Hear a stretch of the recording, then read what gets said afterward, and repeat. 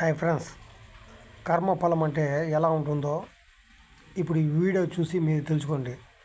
దయచేసి మీరు ఏదైనా జంతువులకైనా మంచి చేయాలి అనుకుంటే దూరంగా ఉండేదానికి అప్పటికే చేసి వచ్చండి.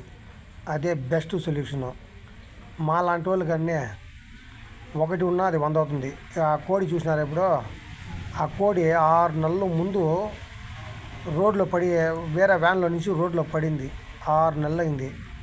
అది మా చేతికి దొరికిందే. దాన్ని ఎందుకు కోసి చంపితే పాపము అనేసి 6 నెలలుగా ఉన్న బాడిగింట్లో ఇన్ని పెట్టుకుని దాన్ని కూడా పెట్టుకున్నాము. ఇవంతా కర్మఫలం ఉందండి. ఇది చూసి నవ్వుకునే వాళ్ళు చాలామంది ఉన్నారు. అక్కన పక్కన అన్నీ చూసి మీకన్నీ ఏమి కర్మ అనేసి. కానీ దానికన్నీ బాధపడితే తప్పదండి, బాధపడాల్సిందే,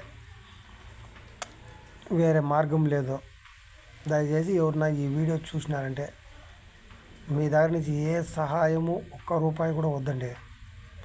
జస్ట్ ఒక లైక్ చేయండి. ఏమంటే ఎంత కష్టపడినా కూడా ఏదో ఒక లైక్ వచ్చిందని కొద్దిగా సంతోషపడతాము. మళ్ళాగా సంపాదించేది ఇంకా వీళ్ళకి పెడతానే ఉండాలి. ఈ బాధలని ఎవరు తెలుసునంటే ఇంకా చాలామంది కుక్కలు సాకే వాళ్ళు ఉండారండి.